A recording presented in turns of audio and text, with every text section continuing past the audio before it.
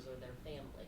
And so why not just have one last, just, I don't know, moment to say goodbye to something for better or worse, because it's been such a passionate topic. I agree. So that was my reasoning. Well put. What's that? Okay, so we know that is off of consent. We have some field trips. Yes, Very all right. positive. Hey, Let's we talk go. about consent. What are they? Consent. Consent. Consent. All right. We have the Work minutes. Session minutes. Oh, consent? You got some corrections, John? On the 8th, first is consent.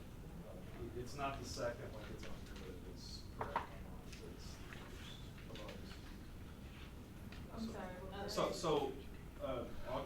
so August 1st, 2019 work session minutes, it's wrong on our paper copy right here in terms of the date. It says Okay. second, but it was actually first, but I didn't see any errors in that. So, if we didn't already say it, consent on that. So we'll do consent with modifications? No, Anything to it's change? No, I It's didn't fine. even change So, it. consent? So, right, so for the 8th, there were a couple of things that jumped out. Let's see if I still got it. One of our speakers, there was a listing on topic for everybody but one. I don't know if that was an omission or just. I didn't have that. Okay, so. There's a header that says adjournment, and then it says Dr. Maddox spoke, and that's just kind of weird. Maybe those should be flipped or something, just. No, that's all it was. Okay, okay. Hold up, so then we came back and did the adjournment again? Oh, okay. Well, okay.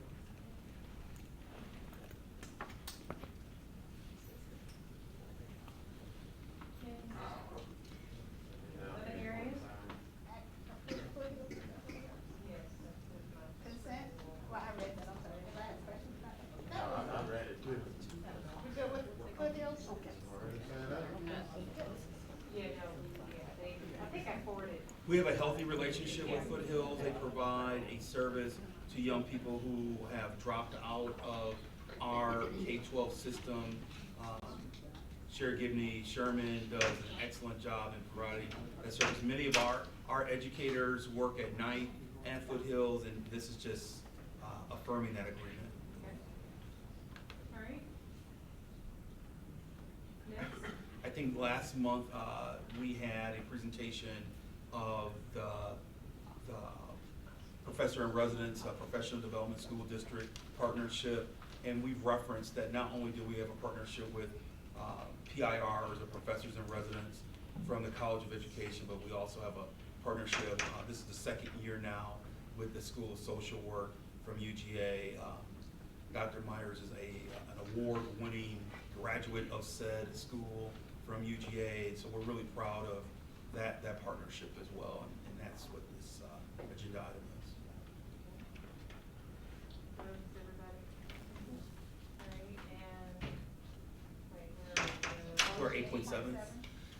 We have a number of different schools who, due to the timing of invoices, were unable to finalize the use of their LSGT funds from last school year. We're requesting that the board allow these schools to utilize their LSGT funds from last year in this fiscal year. It's more of an accounting issue than anything else. I was wondering, because I know when I read through some of these, there was seemed to be like a theme of miscommunication and misunderstanding, so I was wondering. Timing. Okay. And this may be one, just to let you know, I'm not sure, I'll sort of check with you and maybe Mr. Pruitt that I may have to abstain on, I just need to be sure it's not a, conflict of interest. I think it's one of the schools. Byron and I have had a conversation. We're hoping to maybe create a different fund in the future, so we don't have to continue to do this to our LSGTs. And so Byron's working on creating a fund that we can keep our LSGT funds in, and so if we need to cross over a different fiscal year, we would be able to do so without having to bring it to the Board of Education. So he's working on that right now, and, Look, but. okay, like Fund 100? Currently, they sit in Fund 100, so they have to abide by all the general fund rules. So at the end of the year, if it's not expended, then it carries over to the next fiscal year where we didn't have those funds budgeted, so that's why we're asking to use fund balance to pay for the carryover from grants that were already approved. So what we're looking at doing is taking that out of Fund 100 and putting it into a different fund, say Fund 110 or something different, get it out of Fund 100. Right. So we can keep track of it separately and let those carry over if needed. I like that, like, keeping it in that family of unused funds, I like it, that space. It's become a challenge, an unfair challenge to principals and LSGTs to try to time this. And so, Byron, Claire, and I, we've been working on it. We hope to get that established soon. So we're hopeful that there will always be challenges with invoices, but those invoices are honored, and we're able to pay for it, but we shouldn't have to, we don't want to have LSGTs wait on your approval to make those projects come to completion. Mr. Davis? Well, I get my second wind here because I'm gonna ask some of the same questions I've asked twice before through email. And because what I'm afraid of, I feel like I'm standing in the tracks and there's a train coming down the road, and I need to make a decision here. When we had a budget vote, I voted, there was a lot of controversy about the LSGT innovation grant funds. Okay? And that's what we're talking about here, is kind of shoring up what was allocated last year, and there's a budgeting issue. But what I've been asking for is, where are we in the process this year? In other words, what is the time frame? I know that some schools spent time this summer working with teachers on restorative practices, but not all schools. And I'm very hopeful that those schools will be able to demonstrate that was money well spent. And I'm assuming that they're hoping to get reimbursed because they robbed Peter to pay Paul, or some kind of way where they financed it. But what I'm afraid of is that if we don't have a very early timeline for the application of these innovation grants and to get them implemented and delivered to the schools so that they can begin to implement programs that they feel will address the social and emotional needs of their students, many of which you've already highlighted in terms of PBIS and as well as restorative practices. I'm just concerned that we're going to end up where the money won't be distributed till later on in the school year, and then we're going to end up being told in May of 2020 that schools did not handle their resources properly, that they did not, that there was no accountability, that they were poorly implemented, and so that concerns me. And I would rather address it now than say in May, well, maybe we should have awarded the money earlier or that type of thing. So I just throw that out. So a couple of things. Thank you for the question, Mr. Davis. I appreciate it. Your questions are in nature are operational, but I'll answer them anyway. Ms. Suggs worked with our building principals in July to review the new grant process, the Better Everyday grant process. That information then went to all the local school governance teams in August. There are a total of 4 different application due dates. Those dates are September 13th, so next week Friday, October 18th, November 15th, and February 14th. And so that allows schools to work through their invoice issues to avoid what we're dealing with this year, and what we dealt with last year. The last thing I would say around finances is that I hope that we've demonstrated over the last 2 years, if we have to come to the board to receive permission to carry over funds, we want to do so because we want the local school governance teams to have the ability to complete their projects as outlined. So we're never gonna withhold those funds from LSGTs. You then asked a deeper operational question in terms of, are they using their money for restorative practices? Are they using it for PBIS? Or are they using it for what many people know as restorative justice? I think you're referencing restorative justice. Yeah, right? And so restorative justice is happening at a few of our schools, Cedar Shoals, Clark Central, Clark Middle, and Whit Davis in particular. And those local school governance teams have chosen to use their grant dollars to expand and to support restorative justice practices in their schools. All of our schools, district-wide, use restorative practices. So a restorative practice is if Damon is suspended from school, what you don't do is just say, okay, Damon, go back to class. You want to have a restorative practice where you say, well, let's talk about what happened. Why were you suspended? How do you feel? Restorative practice is also, if Damon's a 4th grade student, how do we talk to the class to make sure the class doesn't whisper about Damon re-entering the classroom? Those are all restorative practices. Restorative justice is very specific and very different in terms of having restorative justice circles. I just had a chance to go out to our high schools yesterday, and one of our high schools is using restorative justice circles extremely well, and it's impacting in a positive way discipline numbers and discipline figures. And many schools use restorative justice practices to address disproportionality issues of discipline and how it's being implemented. But those are what I would share with you, Mr. Davis, is that each school is responsible for developing a 90-day plan. And if in that 90-day plan, a principal and their local school governance team has identified either PBIS or restorative practices or restorative justice as being part of their strategy to uplift and to improve their school climate, then that should be part of their grant process that they can submit either on September 13th, October 18th, November 15th, or February 14th, to avoid any impression that people have to spend their money quickly. We want people to be certificate. We also want them to use their money in a time frame that will positively impact children.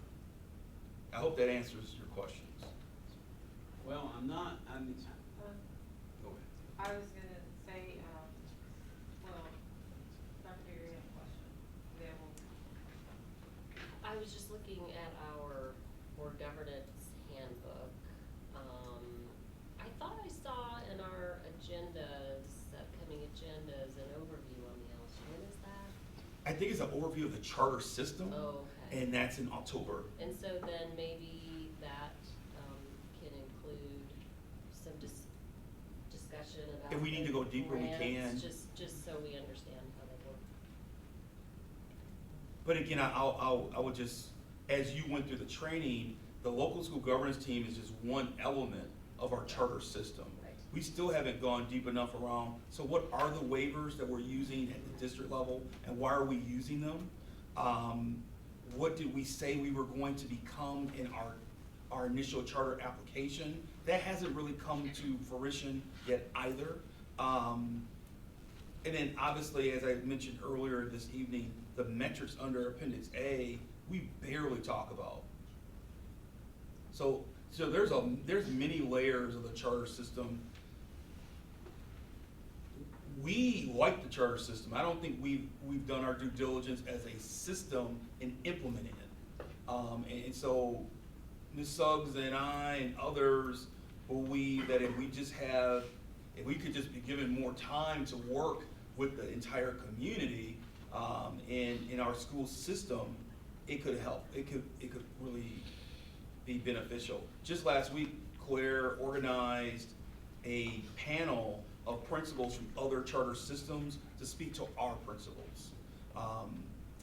And that happened because if you remember during our board training, Russ Cook and Sherry Gibney Sherman said the real crux to the work is the principal and the vision of the principal and utilizing that flexibility and that vision in a charter system. It's not the district, it's the principal. And so we're working on developing that skill and that competency in our principals right now. And we have an entire scope and sequence throughout the, I'm kind of giving away some of your content for next month, but we have an entire scope and sequence prepared to think about what can we do to better prepare our principals moving forward. Just one tiny comment. If you download that board governance document, you can search for anything. So like I search for LSGT and I can read, so any topic that I am interested in learning more about, I'm just putting in that word and going to that board governance to educate myself a little bit more, so. Mr. Davis? Yeah, I'm just, with all due respect, the problems that we had with the last budget dealt with those innovation grants, as I saw it. And you were critical of how they were, how the monies were spent. And, you felt like that there was better uses to benefit students and academic achievement by putting that money elsewhere. And so we went right down to the wire and we had all this tension and attracted a lot of community activism around it. And if the dates of when the innovation grants can be, when the money is available, when the dates of when people can even apply or schools can apply, if that's operational, it ends up going into the board's decision making when the superintendent stands up and says these funds are not doing anything, not accomplishing what they're intended to do. And all I'm saying is I'm trying to maximize the opportunity for LSGTs and school administrators to do what you're saying, which is contemplate exactly, be very strategic based on their strategic plans for their school. And I know as a retired teacher that what starts the year has a better chance of completing the year than something that's thrown in the middle of the year. That's been my experience. So is this something that we need to move on with consent maybe? No, Or is it- I will go ahead and if I'm the only one I will take it up in October. So, that's fine. You sure? Do other people have questions about this and thinking they I need see to it as be? a great solution. I mean, we had the problem because before at the end of the year, the rule says if you've got money left over, you didn't spend, it goes into the general fund. They're saying, wait a minute, we're gonna create a set aside, and we're gonna protect the LSGT money, and it's gonna be here. But And that's not not- gonna help if the LSGTs need to spend more than what's in there. That's still gotta be another grant process, but I think this is a good solution so that we don't end up. And Before- this vote is very specifically, for 4, or maybe is it 5? Yeah, obviously I'm gonna vote for that. Very Obviously. specific, Oh. so, Oh, That's good. Obviously. so can we leave it on consent, or you want to take it off? no, we're just gonna. It's on consent. No, I Consent. say it's on. Okay, oh, go ahead, Dr. Last Bettis, one. and that's you raising Yeah, I your did. hand. I I'm just sorry. wanted to, I sent you out an email, the, Charter System Foundation Conference is coming up October the 1st and 2nd. I know it wasn't in, but I attended, not last year, but the year before last, and there were a lot of good ideas, presented by other districts, what they're doing with their charter system. And we can talk offline, Mr. Davis, I think, but I'm sorry, Dr. I have to. I know the hour's getting late, but I think our issue with the budget fiscal year 20 budget was administration was making a recommendation to use those funds for district purposes. and you, in many cases, using it for social emotional learning positions. There was a belief in a position that people felt, no, that money should stay with the local schools, and the district shouldn't utilize those funds. I don't think there was ever any intent to judge if the money was being used appropriately or not. It was more of who should who should have ultimate control and direction and allocation of those funds. That was the conversation. That was the debate. It was not the schools are misusing the funds. That's not what I heard. But And I heard that Clara was just, she had so much on her plate that it just, that. And she continues to have that. Right. And so I think that, And now we've hired someone. Ms. Suggs, I think we had a total of 78 grants submitted last year. So that does not go away. That doesn't go away. So the management of those grants is still very complicated. And it requires a lot of coordination between the business office and receiving invoices. That has not gone away. But my vision, my thought was if we could take those funds and hire more counselors and social workers and other SEL positions, that would be beneficial to the organization. There was a different position of people saying, no, we want the local school governance teams to have those funds to make independent local decisions. And there's no wrong answer. That was just my position. I think it kind of goes back, and I want to seize on this because I think it kind of goes to the West Broad conversation earlier. I think collectively as a community and in this forum, just because we disagree on a certain perspective doesn't mean that we've dug in and we're at odds. It's just that we have a different perspective.